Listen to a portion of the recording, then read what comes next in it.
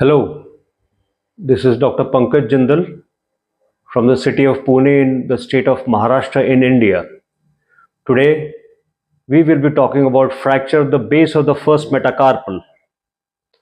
So, what is so distinct? We'll talk in this presentation. Why metacarpal 1 is so distinct? What are the types of fractures of the first metacarpal?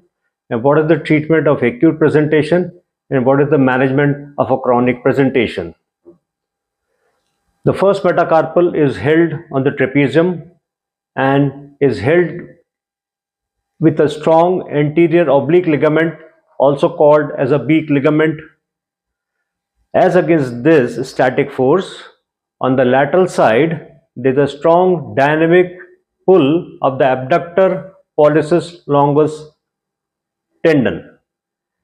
For all those who have operated a decurvence disease, they all know how robust are the tendons of the abductor pollicis longus, and under the pull of this abductor pollicis longus tendon, the metacarpal gets pulled proximally.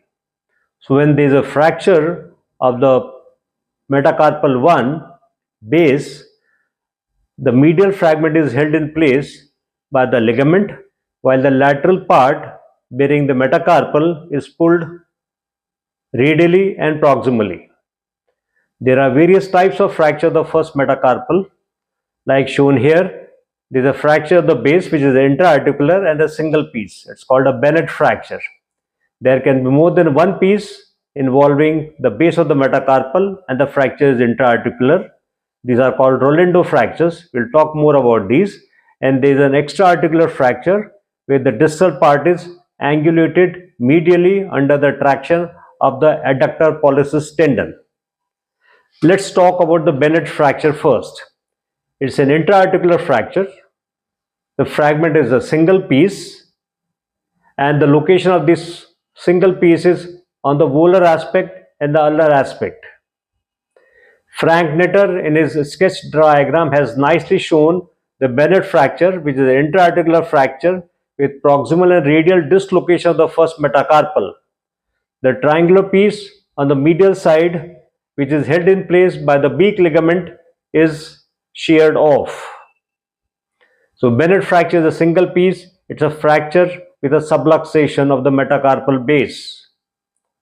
This classification of the fracture of the metacarpal of Bennett fracture. When there is a single large piece, that's considered as type 1. When there is a large piece, single piece but is impacted, is type 2. When there is a small piece, it's called type 3 of the Bennett fracture. The Bennett fracture, under the dynamic and constant pull of the abductor pollicis longus, makes it highly unstable and therefore is not likely to remain reduced, and therefore there is a minimal or no role of conservative management of this Bennett fracture, which is unstable. If at all you do treat it by a conservative management, that is plaster application, what happens is under the pull of abductor pollicis longus, the metacarpal is pulled more proximally and remains from subluxation, it goes on to a dislocated position. Similarly, there is another patient who was treated, as you can see, with a plaster, and there is a dynamic pull of the abductor pollicis longus and the fragment is pulled more proximally. So they require surgery. So how do you treat this surgically? There are various methods of treating it surgically. First method is percutaneous fixation, pinning. Second is open reduction and internal fixation. Third is by using the tension band wiring. Fourth is external fixator. And lastly, arthroscopy assisted fixation. When you operate it surgically in an acute situation, under anesthesia and use of C-arm, you reduce the fracture. And how do you do it? First thing is application of a longitudinal traction. So this longitudinal traction is going to overcome the pull of the abductor pollicis longus. Once you have overcome the traction, the next is pronation. How do you remember pronation? You bring the pulp of the thumb opposite the pulp of the other fingers, and that is pronation of the thumb. The third is palmar abduction. The thumb cannot remain in a radially abducted position. The thumb has to be brought opposite other fingers, and therefore palmar abduction, which is bringing the thumb ray against the index finger ray. The fourth ray is medial press. The base of the first metacarpal is pressed medially so that it abuts against the remaining fragment of the metacarpal base. And the last is K-wire fixation. We'll talk about the K-wire fixation in a little detail. So this is what is meant by medial push of the metacarpal base. Using the thumb of the operating surgeon, the medial fragment and the lateral fragment are brought together, and they are kept in place and held in place with Kirschner wires. 3 K wires are usually required. First wire immobilizes the reduced metacarpal over the trapezium. Second and third K wires hold the fragments together. How long you keep the K wires? The wire immobilizing the carpometacarpal joint is kept for a period of 4 weeks, whereas the fracture wires, which are 2 in number, are kept for total 6 weeks. Let's take one clinical example. Here you see a single piece fracture of the metacarpal base, and this is the Bennett fracture. Fracture is reduced by traction and other measures and held in place with 3 K wires, including the carpometacarpal joint. And once the fracture has healed, the wires are removed, which is about 6 weeks time, and the fracture goes on to union.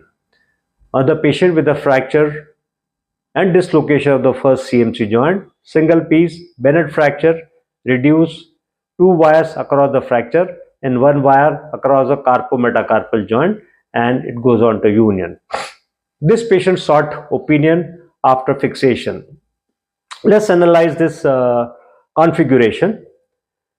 What do you see for the carpometacarpal joint? It is slightly over distracted.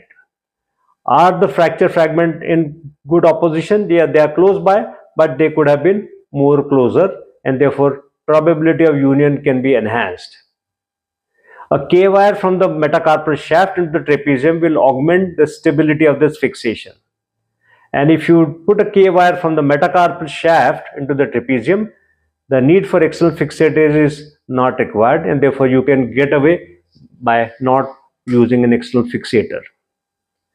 Let's take another clinical example. This gentleman fell a month earlier from the two-wheeler and presented with this kind of an X-ray, which was reported by the radiographer as a normal X-ray. But if you see a magnification of the same view, you see a double convexity of the base, and there is an overlapping of this fragment, and therefore the probability of this being a Bennett fracture is extremely high. But the moment patient says, I have a point tenderness, exact location of the pain is important. If there is a point tenderness, this requires a true lateral view, and if required, you have to repeat the X-ray, and if need be, you have to go to the X-ray department to get the X-ray yourself. Sure enough, we got a CT scan, and there was a fracture dislocation of this patient who required surgery. There are times when the patients will have tenderness in multiple places, and therefore you require more X-rays of these patients. So these are the patients who will require open reduction, irreducible and malunited. We'll talk about it some other time. Thank you very much.